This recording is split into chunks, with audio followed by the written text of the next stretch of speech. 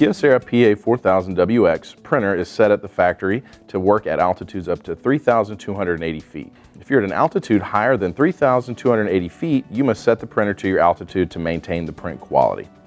You can also find this adjustment in the PA4000WX operation guide. With the printer running, press the menu hard key, located here. Scroll through the list to find Adjust Maintenance and press OK. Scroll to Service Setting and press OK.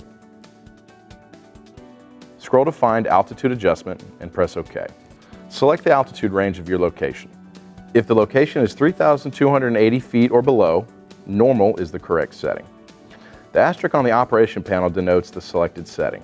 1,001 meters to 2,000 meters is for altitudes from 3,281 feet to 6,561 feet. Choose 2,001 meters to 3,000 meters for altitudes of 6,562 feet to 9,842 feet.